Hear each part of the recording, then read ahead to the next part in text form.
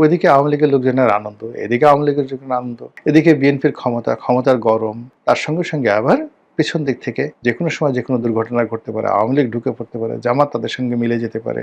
America পাকিস্তানে এখন যেভাবে ইমরান খানকে সাহায্য করছে, সহযোগিতা করছে, ঠিক একইভাবে ভারত যদি এই মুহূর্তে আবার নতুন করে শেখ হাসিনাকে নিয়ে নতুন করে ভাবতে শুরু করে এবং আওয়ামী লীগের উপর যদি ভারত এবং আমেরিকা নতুন করে সমর্থন দেয়, তাহলে কি মহা সর্বনাশ ঘটতে পারে। আওয়ামী লীগ আসলে কি করতে চাচ্ছে, তাদের উদ্দেশ্য কি, এই পুরো বিষয়গুলো নিয়ে আমাদের বাংলাদেশে, ভারতে এবং রাজনীতি যারা সংশ্লিষ্ট মোটামুটি সবাই কনফিউজড। বিশ্ব যে মিডিয়াগুলো রয়েছে সেই মিডিয়াগুলো কনফিউজড। নর্মালি বাংলাদেশ থেকে ইতিপূর্বে যারা গিয়েছেন দেশের বাইরে ক্ষমতাচ্যুত হয়ে, তারা কেউ কিন্তু বাংলাদেশে ফেরত আসতে চায়নি।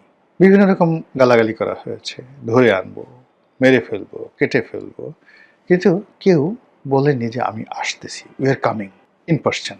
এটা সেই বঙ্গবন্ধুর জামানাতে যারা গেছেন তারা থেকে শুরু করে আজ অবধি কেউ আসতে চায়নি। কিন্তু একমাত্র শেখ হাসিনা এবং আওয়ামী লীগের লোকজন প্রতিদিন তারা বলছে আজ আসবো, কাল আসবো, আসছি।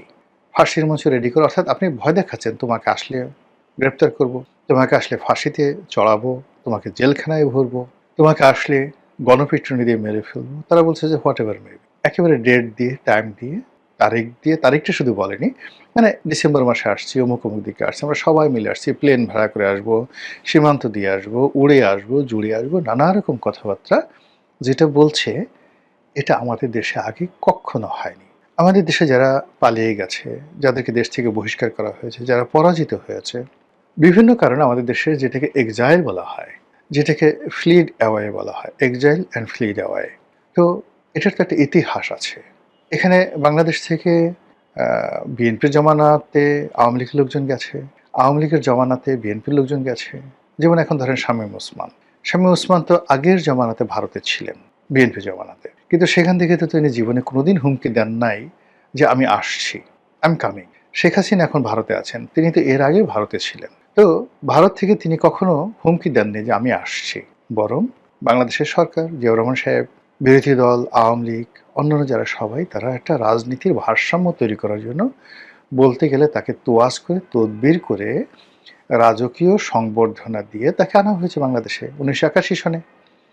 এবং শেখ হাসিনা যেদিন 1981 সনে এসেছিলেন, মুষলধারে বৃষ্টি, সেই বৃষ্টির মধ্যে বাংলাদেশে আজ পর্যন্ত কোনো নেতাকে বরণ করার জন্য এয়ারপোর্টে এত লোক আসেনি। ইভেন এখন 18 কোটি মানুষের দেশ, যদি আপনি তারেক রহমান সাহেবের আগমনকে আপনি ধরেন, এই 2025 সনে তার আগমন, তার চাইতেও ওই যে শেখ হাসিনা এসেছিলেন 1981 সনে, ওটার উপস্থিতি, আবেগ, পরিবেশ, পরিস্থিতি অন্যরকম ছিল। শেখ হাসিনার কান্না, দেশে ঢুকে কান্না প্রত্যেকটা মানুষকে আবেগ তাড়িত করেছিল। তারেক রহমান সাহেব এসছেন, তার কোনো কান্না, তার কোনো কথা আমাদেরকে অশ্রু সজল করেনি। কিন্তু শেখ হাসিনা যখন 81 সালে এসেছিলেন, আসার পরে তিনি কেঁদেছিলেন এবং তার দেখা দেখি কোটি কোটি মানুষ সারা বাংলাদেশে কেঁদেছিলেন। আচ্ছা বলেন তো, তারেক রহমান সাহেব এই দিন এয়ারপোর্টে আসছেন, বিএনপির লোক বুকে হাত দিয়ে বলেন তো কয়েকজনের চোখ দিয়ে পানি পড়ছে? আল্লাহর রাস্তে বলেন, যদি মিথ্যা কথা বলেন গজব নাজিল হবে। আল্লাহর রাস্তে বলেন যে তারেক রহমান সাহেব আসছেন, তার এই কথা শুনে আমি ভেউ ভেউ করে, হু হু করে কান্নাকাটি করেছি, তাকে দেখে আবেগে আমার চোখের পানি পড়ে গেছে, ইত্যাদি। কিন্তু 81 সনে কিন্তু এই ঘটনাগুলো ঘটেছে। তো ওইরকম একটা আশার যে আবেগ, অনুভূতি, সেটার বিপরীতেও শেখ হাসিনা কখনো বলেননি যে আমি আসছি। কিন্তু এইবার তিনি ফাঁসিতে লটকাতে চাচ্ছেন, ফাঁসিতে চলতে চাচ্ছেন, জেলখানায় ঢুকতে চাচ্ছেন। আর অতীতে তিনি যেভাবে কলকাতাতে ছিলেন, খুব ন্যূনতম ভাতা কলকাতা মানে ভারত সরকার তাকে দিতেন। তো সেই ভারত সরকার দিতেন এবং সেখানে যেটি আমরা জানি, এবং সেটা হলো সেই টাকার একটা অংশ, সামান্য টাকা আবার তিনি দল পরিচালনা করার জন্য আব্দুর রাজ্জাক, তুফাইল আহমেদ এদের হাতে পাঠাতেন। তারপরে সেই টাকা দিয়ে বাজার করতেন এবং ওয়াজেদ মিয়া উনি নরম চালের ভাত খেতেন, তার জন্য নরম চাল কেনা হতো, আর উনি মোটা চালের ভাত খেতেন। শেখ হাসিনা, এত লিমিটেড ছিল তাদের ইনকাম। কিন্তু এবার কি, এবার তো উনি 14 পুরুষ বিদেশে বসে খেতে পারবেন, প্লাস ওখানে ভারত সরকার তাকে রাষ্ট্রপ্রধান সরকার প্রধানের মর্যাদায় রেখেছে, জেড ক্যাটাগরি সিকিউরিটি দিচ্ছে, কি না আছে সেখানে।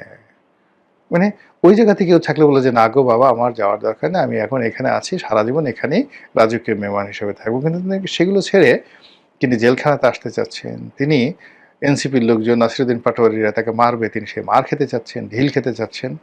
এটা বিশ্বের যারা লোকজন রয়েছেন তারা মিলাতে পারছে না, হোয়াই ইট ইজ হ্যাপেনিং, কেন এই জিনিসগুলো ঘটছে। এক, ২ নম্বর হলো যে আওয়ামী লীগের দেশের ভিতরে যারা লোকজন রয়েছে তাদের মধ্যে অনেক গ্রুপিং ছিল, শত্রুতা ছিল, একে অপরের প্রতি বৃষদগার ছিল, মারামারি করতো, কাটাকাটি করতো। এখন সব বাদ, এখন সব কিছু ভুলে আপা কখন আসবে, আওয়ামী লীগ কখন আসবে, দিন কবে আসবে, কবে মিছিল করবো, মিটিং করব, আবার সুদিন ফিরে আসবে, এরা সবাই ঐক্যবদ্ধ হয়ে গেছে। এটা অতীতকালে আওয়ামী লীগের এটা হয়নি। আওয়ামী লীগ যখন শেখ হাসিনা আসেনি তখন আওয়ামী লীগের মধ্যে যে ইন্টারনাল গ্রুপিং ছিল, ও মাই গড, আনবিলিভেবল গ্রুপিং ছিল। আবার বিএনপি যে কয়বারই ক্ষমতায় এসছে, 91 থেকে 96, 2001 থেকে 2006, এই সময়টাতে আওয়ামী লীগ রাজপথে ছিল, মামলা মোকদ্দমা বিপদ আপদ এখনের চেয়ে কোনো অংশে কম ছিল না, বরং এখন বিপদ কম, ইনুসের জমানাতে কম। কিন্তু 1000 থেকে 2006 পর্যন্ত, 2001 থেকে 2006 পর্যন্ত আওয়ামী লীগের বিপদ বিপত্তি বেশি ছিল। এই বিপদ বিপত্তির মধ্যে লোকজন বদমাশি করেছে, একদিকে তুফাইল গ্রুপ, অন্যদিকে আমের গ্রুপ, একদিকে আব্দুস সামাদ আজাদ গ্রুপ, অন্যদিকে সুরঞ্জিত সেন গ্রুপ, ঢাকা শহরে একদিকে সেই মোফাজ্জল হোসেন চৌধুরী মায়ার গ্রুপ, অন্যদিকে শাহ আলমের গ্রুপ, আর একদিকে সাইদ খোকনের গ্রুপ, কি না ছিল। সব কিছুর মধ্যে তারা এই গ্রুপিং করছে। আর এখন দেখেন কোনো গ্রুপিং নেই, সবগুলো এক হয়ে গেছে, সবগুলো এক হয়ে গেছে। এগুলো বাংলাদেশে। এখন কলকাতাতে বলেন, দিল্লিতে, আমেরিকাতে, নিউ ইয়র্কে, জ্যাকসন হাইটসে, ওয়াশিংটনে, ফ্লোরিডাতে, তারপর মিশিগানে, লন্ডনে, লিভারপুলে, জার্মানিতে, প্যারিসে আওয়ামী লীগের মধ্যে যে 33টা গ্রুপ বিভিন্ন রকম ছিল, তারা নিজেরা 7 আপের বোতল দিয়ে মারামারি করত সারা জীবন। এখন গিয়ে দেখেন তো কোনো মারামারি আসছে নাকি? সবগুলো এক হয়ে গেছে। হাতে গোনা 1-2 জন মানে যারা এই সোশ্যাল ওয়ার্কার। এখন দেখা যাচ্ছে যে এই কদিন আগে নিজুম মজুমদার, অমির রহমান পিয়াল, তাদের মধ্যে একটা বিরোধ তৈরি হলো। কোথা থেকে কি হলো? এখন আর সেই বিরোধ নেই। সেই নিজুম মজুমদার যাকে গালাগালি করতো, এখন আবার সে বলছে না অমি ভাই ভালো, পিয়ালও আবার সেভাবে থেমে গেছেন। মানে এই যে একটা দেশের বাইরে ঐক্যবদ্ধ, এটা আওয়ামী লীগের জীবনে কখনো ছিল না। কলকাতাতে সেই কাদের সিদ্দিক সাহেব ছিলেন, হেমায়তুল্লাহ আরঙ্গ ছিলেন, ও মাই গড, তাদের যে বিরোধ, বাংলাদেশে আওয়ামী লীগের মধ্যে আমো group, Tofail group, Suranjit Sen group, Abdul Samad Azad গ্রুপের মধ্যে যে দ্বন্দ্ব সংঘাত ছিল, তার চেয়ে 100 গুণ দ্বন্দ্ব সংঘাত ছিল এই কলকাতা আওয়ামী লীগের মধ্যে 75 15 আগস্টের পরে যারা কলকাতাতে ছিলেন। সেই তুলনায় বাংলাদেশে ধরেন থাকা অবস্থায় আওয়ামী লীগের যে সকল নেতাদের মধ্যে প্রচণ্ড বিরোধ ছিল, গ্রুপ ছিল, এদের কারোর মধ্যে এখন গ্রুপ নাই। আগরতলাতে নাই, কলকাতাতে নাই, তারা অনেকটা ভাই ভাইয়ের মতো গলাগলি ধরে, মানে বিপদে পড়লে যেমন দেখা গেল যে বন্যার মধ্যে পড়লে সাপ আর বেজি বা সাপ আর মানুষ একই গাছে বসে থেকে কেউ কাউকে আক্রমণ করে না। এখন কলকাতাতে একই অবস্থা। প্রথমত তারা যখন গেছে একে অপরকে সাহায্য করেছে, সহযোগিতা করেছে, আর এখন তারা দিদা আসছে একটা চাঁদের হাট মিলিয়ে বসেছে, আনন্দ উল্লাস শুরু করেছে। কিভাবে সেপ্টেম্বর মাসে আসবে, নাকি অক্টোবর মাসে আসবে, নাকি ডিসেম্বর মাসে আসবে, এইগুলো নিয়ে প্রতিদিন তারা স্বপ্ন দেখছে, কথাবার্তা বলছে এবং প্ল্যান প্রোগ্রাম কিভাবে যাবে কিভাবে যাবে। আবার যারা একটু জানে, নেত্রীর সাথে দেখা করে আসে বা শেখ হাসিনার সঙ্গে দেখা করে আসে, তারা এক ধরনের কথা বলে, যারা নেত্রীর সঙ্গে টেলিফোনে কথা বলে তারা এক ধরনের আবেগ, যারা কথা বলতে পারে না তারা যারা কথা বলে তাদের সঙ্গে শুনে, এবং নিজেরা সেই চা, সিঙ্গারা, সমোসা, দিল্লি কা লাড্ডু এবং কলকাতার সেই বিখ্যাত যে খাবারগুলো, সেই খাবারগুলো খেয়ে একটা নিদারুণ আনন্দ উৎসব এবং আমেজের মধ্যে তারা দিন কাটাচ্ছে। এবং এই খবরগুলো গোয়েন্দা চ্যানেলে সরকার জেনে যাচ্ছে, বাংলাদেশের বিএনপি যারা নেতাকর্মী রয়েছেন তারা জানছে, এবং সব মিলিয়ে একটা কন্ট্রাস্ট তৈরি হচ্ছে। ওইদিকে আওয়ামী লীগের লোকজনের আনন্দ, এদিকে আওয়ামী লীগের লোকজনের আনন্দ, এদিকে বিএনপির ক্ষমতার গরম, তার সঙ্গে সঙ্গে আবার পেছন দিক থেকে যে কোনো সময় যে কোনো দুর্ঘটনা ঘটতে পারে, আওয়ামী লীগ ঢুকে পড়তে পারে, জামাত তাদের সঙ্গে মিলে যেতে পারে, আমেরিকা পাকিস্তানে এখন যেভাবে ইমরান খানকে সাহায্য করছে, সহযোগিতা করছে, ঠিক একইভাবে ভারত যদি এই মুহূর্তে আবার নতুন করে শেখ হাসিনাকে নিয়ে নতুন করে ভাবতে শুরু করে এবং আওয়ামী লীগের উপর যদি ভারত এবং আমেরিকা নতুন করে সমর্থন দেয়, তাহলে কি মহা সর্বনাশ ঘটতে পারে।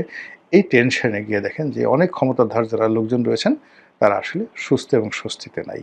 তো দেখা যাক, রাজনীতি একটা খুবই খাতারনাক, বহুত খাতারনাক বিষয়, তারপরে ডেঞ্জারাস বিষয়, আনসার্টেন বিষয়, এবং সেখানে এই আনসার্টেনের মধ্যে যারা রাজনৈতিক নেতৃত্ব সম্পন্ন তারা তাদের সুযোগগুলো বের করে নিয়ে আসে।